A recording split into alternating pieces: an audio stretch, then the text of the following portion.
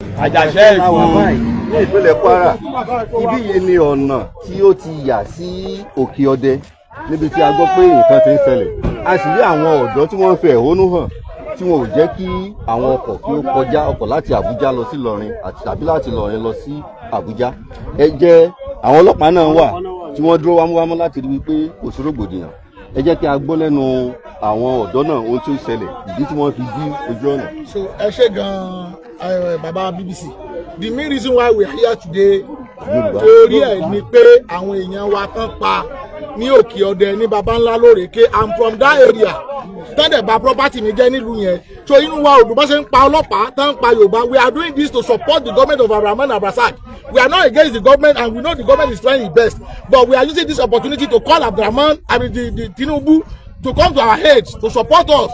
We need more security in that area. I need the ọ̀pọ̀lọpọ̀ security lórí àyẹn. I need the army barracks níbẹ̀ yẹn because our people yìí igbó yẹn láti bàbá ńlá tó fi lọ sí Ẹ̀gbẹ́ ní Kogi state kò sí ìlú kankan bẹ̀ẹ̀ náà máa hide sí. So abẹ Ọlọ́run abẹ Tinubu kó jọ kó wá kó ṣàánú wa lórí ọ̀rọ̀ yìí. I need the help. Wọ́n ti fẹ́ pa wá tó o èèyàn 14 náà pa lánàá èèyàn 15 náà pa lánàá ìtọ́ wa ń bà wá lọ́kàn. I need kí Tinubu give order kán ti ọjà Àjàṣẹ́ Ìpa for the meantime. Owó tí wọ́n gbà cash tó ń gbà wọ́n fi ń ra màálù wọ́n fi ń kó pamọ́ ni gbogbo àwọn tó ní màálù tí wọ́n lẹ́mìí burúkú kan wọ́n ti sá kúrò nígbó. So I need the help government kan jọ torí Ọlọ́run. Abrahamu ni try o against the government here but kí Tinubu náà help wa lórí ọ̀rọ̀ yà ní the help Yorùbá ni wá o family làwọn àti Tinubu Ọlọ́run pẹ̀lú wa. Ẹ sọ̀rọ̀ nípa ọjà Àjàṣẹ́ pé kàn ti pa. Mọ́là ló ń ná ọjà Àjàṣẹ́ yìí kí owó tó bá ti gbà ibẹ̀ náà máa ń gbé wá ibẹ̀ náà ti wá ń ná wọn láwọn tó máa ń rán wọn ní informant. So abẹ gọ́ọ̀mẹ̀ntì kan jọ kán help wa lórí ọjà Àjàṣẹ́ yìí kán bá wa ti pa for now. Táwọn bá gba owó tí wọ́n bá ríbi tó bá ti ná owó yẹn máa wà useless. Owó tó ń gbà táwọn ríbi tó ti ń ná òun ló jẹ́ ká tó máa ní ní dèjà ní máa gba owó ìṣòwò à ń bẹ gọ́ọ̀mẹ̀ntì kan jọ ká torí gbogbo káà tó wà nílẹ̀ gómìnà pátápátá kó bá wa tì. For now àwọn local government chairman wọ́n gbé gbèsè ní bí abi 2 weeks ago láti ti pa kára ìtàn náà kiri pẹ̀lú pé ọjà kára iná ti ń ná owó tó ń gbà. To the surprise àwọn lọ́balọ́ba wa kan ò gbà kan ti ọjà yìí pé iṣu yẹn ò tí ì dájàṣẹ́. Mo dẹ̀ fẹ́ rán ìjọba Tinubu létí pé òrékè ni problem yìí ti bẹ̀rẹ̀ lẹ́yìn ìgbà tó bẹ̀rẹ̀ lóde ó dé baba ńlá after baba ńlá ó dé Sàgbẹ̀ after Sàgbẹ̀ sì Òkèọdẹ ti bẹ̀rẹ̀ 15 lánàá. So after Òkèọdẹ sì Ìgbàjà làwọn pípù yìí fẹ́ wá tọ́ba tí wàá dé gbẹ̀jà wọ́n ní oníkan Àjàṣẹ́ sí à ń bẹ Ọlọ́run à ń bẹ gọ́ọ̀mẹ̀ntì Tinubu kan jọ ká help wa o àdìgbò fún wọn tí wọ́n là ń ṣe o Ọlọ́run ní bá dáadáa ọmọ Nàìjíríà jẹ́ o èèyàn 15 náà pa. So náà a rí pé ẹ ti fi igi dá ọ̀nà. Yes. Kí ni eléyìí túmọ̀ sí? A fi ẹ̀hónú wa tá a bá dáná iná ò ní wá bí lẹ́nìí tá a bá gbégi sójú ọ̀nà ẹ̀yin gan ò ní wá bí kẹ́ wá bẹ̀rẹ̀ pé kí ló ń dùn wá. Àdẹ̀bẹ́ anybody jà àpamọ́là àpá anybody àdẹ̀nà anybody. Àjàfẹ́ ṣe eléyìí láti fi create awareness fún gọ́ọ̀mẹ̀ntì kan tó ń ṣe wá ni. Kò dẹ̀ sẹ́ni bò tó bẹ́ anybody jà and as we are talking after this interview we are going to open the hole. So tí wàhálà mọ́sẹ̀rẹ̀ mọ́ Ọlọ́run ó ṣàánú wa lórí ẹ̀ níta ní ìdíyín fún ìyá. Orúkọ yín. Alhaji Mutaru Bitoye láti Ìgbàjà. Lórí ohun tó ṣẹlẹ̀ ní Òkèọdẹ lánàá àti tó ń ṣẹlẹ̀ lọ́wọ́lọ́wọ́ báyìí kí ni ẹ lè rí sọ sí? Ohun tó ń ṣẹlẹ̀ lọ́wọ́lọ́wọ́ báyìí agbára wa ò fẹ́ ká mọ́. Àmọ́ ohun tí mo lè rí sọ sí ni pé mò ń bẹ Kwara State government, mò ń bẹ àwọn stakeholder wa Kwara South, come immediate withdrawal of military line in our land. This is a pure Yoruba land. Why military line? Why àbòrò pa wá? Ẹ wá kó bòrò wá kó wá protect wa. Àwọn ọdẹ wa ta rí lánàá tó pa lánàá wọn láti sọ fún wa pé àwọn military line lead squad wà bá wọn. So ìdí eléyìí láti wá sí báyìí pé Naira market ibẹ̀ náà la military line ibẹ̀ náà bòrò wà. We don't want military line in our land. Àtẹ̀fẹ́ bòrò mọ́ ilé wa. We want peace in our land. Ẹ ṣe púpọ̀. Hello. Orúkọ tèmi ni Sẹ̀sán Òkèlè. Nǹkan tó ń ṣẹlẹ̀ ń sìn ó ń dùn wá gan. Torí àwọn ọmọ ìyá wa tọ́wọ̀n gbowó tọ́wọ̀n gbẹ́ ní ti tọ́wọ́lọ́tì ara wọn gẹ́gẹ́ bí security náà ń pa yìí. Ikú tó lẹ̀ ń kojú gbẹ̀ẹ́ ni òwe ló ń pa mọ́yàn.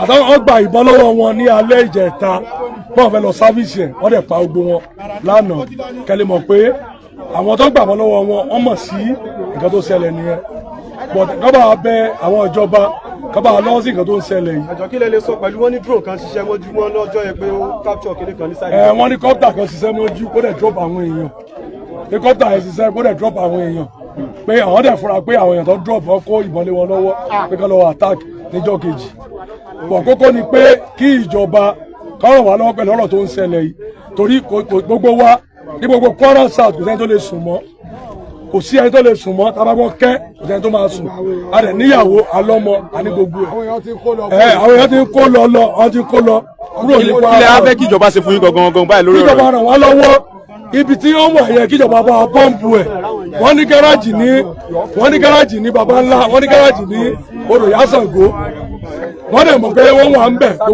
gbogbo èèyàn ló mọ̀ pé àmì wọn kò wà ń bẹ̀ ọlọ́pàá mọ̀ pé wọ́n wà ń bẹ̀ kíjọba bá wa lọ́wọ́ sí kán lọ bọ́ǹbù wọn ń bẹ̀ ìgbà ní gáràjì wọn. àwọn Agbe Sunmomi àwọn ẹni yìí wọ́n ní ibùba wọ́n dẹ̀ mọ̀ wọ́n baba Ṣàngó. bàbá Ṣàngó nílé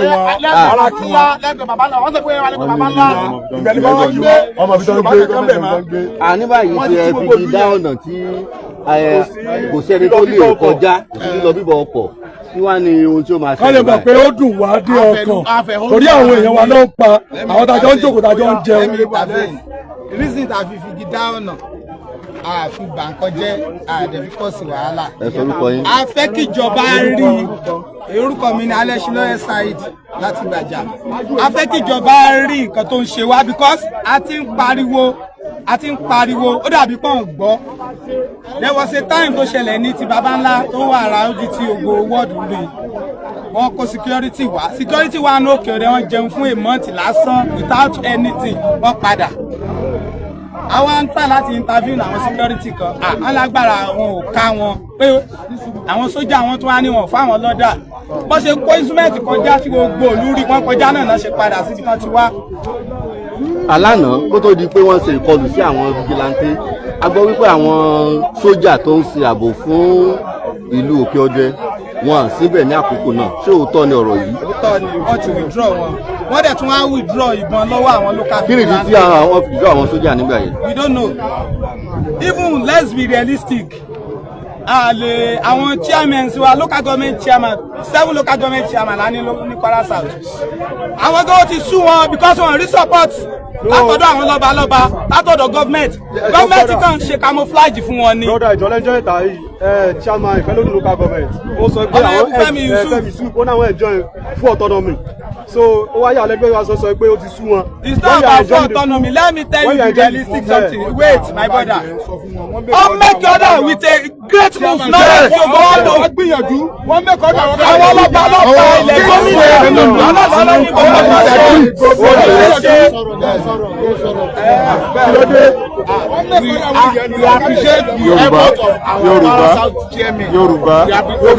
I appreciate the akitiyan àwọn chairman wa ní Kwara South wọ́n dẹ̀ gbìyànjú inú wọn náà dẹ̀ dùn sí kò dẹ̀ sí èèyàn kan pa báyìí àbí tó mú táwọn chairman yóò kí ń náwó torí ẹ̀ so wọ́n try but kìíní ìjú agbára àwọn chairman local government lọ ó ju agbára state government lọ a ní ìdí ẹ̀bù federal government ká ẹ̀bù wa ká ẹ̀bù tó jẹ́ agbára I want to come in on that helicopter issue. Ọlọ́run ní dààmú wa. Olórí helicopter tó ló wà yẹn ìgbà tó máa pa Jagun Ìgbàjà Lukman Jagun nígbàjà that very day náà bí helicopter ṣe ń wá bí a week nìyẹn at the end of the day wọ́n padà tán bọ̀bọ̀ yẹn pa àtìgbà tó ti pa báyìí náà ti rí bí penetrate wọ gbogbo lẹ́gbẹ̀ẹ́ wọ́n ti wá ti wọ́n pa àwọn alágbára wa kankan tó bá ti rí báyìí náà lọ ń pa káàkiri láwọn great soldier ọpọlọ rẹ bá ń kọ́lé wọ́n tún pa àdìsálà náà wọ́n pa àwọn mí náà great soldier gbogbo tó ṣẹlẹ̀ nìyẹn ìjọba ṣe àmọ́ òmò pa bí nǹkan ṣe máa bí kọ́pítà ṣe máa ń fò ní because ní state kan ṣé ó easy ó hàn kí ni ní ròdù náà ṣé ó easy kí kọ́pítà máa fò kíjọba máa mọ̀ sí i àbí irú state wo la wà yìí. ọ̀rọ̀ tó yìnbọn fún ara wọn ti bílẹ̀ ti bá rẹ̀ lẹ́yìn. ẹjọ́ bá sún ẹ̀yìn ẹ̀ ó ní ìbọn ló bá tí ó kú. bàbá ṣe lánàá. ẹ bá wa sọ ìrírí yín bóò ni àpá tó wà lára yín kí ló fà á. Kogi state. tòwé ìtàárọ̀ àkàndérù ẹjọ́ ẹ̀ wọ́n ní wọ́n kó mọ̀lú fún ọbẹ̀ òkú. Àpò mọ̀lú ọba ìrùkú lọ ọba gbọ́dọ̀ pọ̀lọ̀ mọ̀lú ni o ọ̀rọ̀ kára yìí ló dá wa lálẹ́ o kára ni o kọ́ba wa ti búba díẹ̀ ni àníkàn ti bọ̀ láì. a ní sùúrù fún wọn díẹ̀ ó tóbi tó eight àti kọjá lọ àti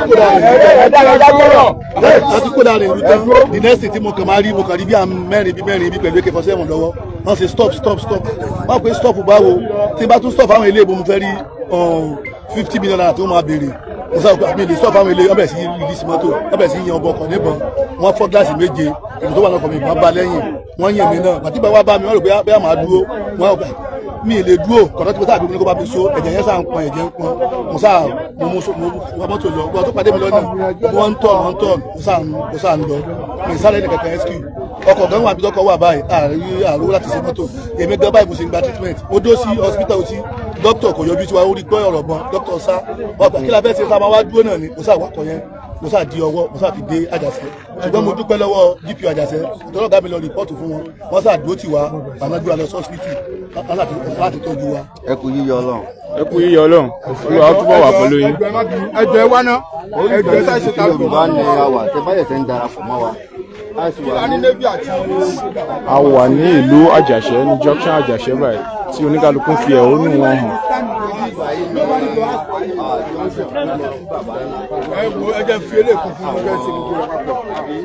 àwọn tó ń kó lọ lẹ́nu yẹn o. ẹ wò ó àwọn tí wọ́n ń kó lọ láti ìlú Òkè-Ọdẹ tí wọ́n ń kẹ́rù kó lù.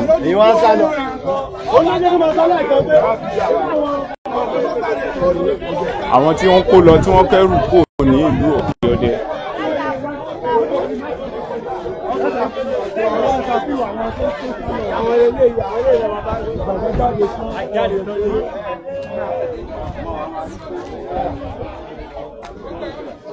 ẹtùrú junction ìyànà sí Òkè-Ọdẹ ní àwà yìí ní ìlú Àjàṣẹ́.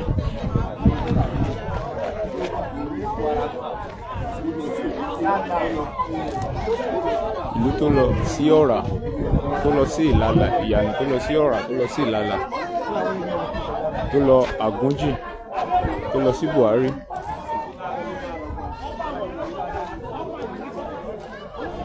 tó lọ sí Yàrú ó lọ Ẹgì Ṣàgbẹ̀ Kẹ̀yà Èpo tó fi á lọ sí Ìgbàjà.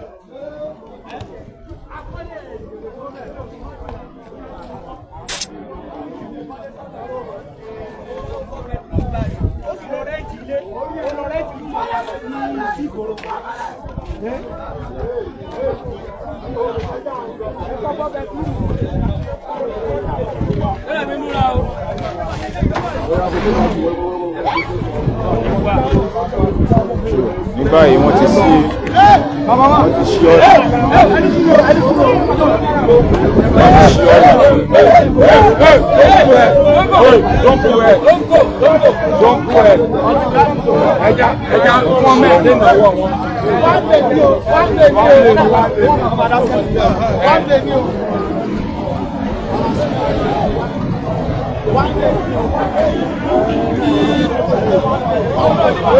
No, they will not remove this one.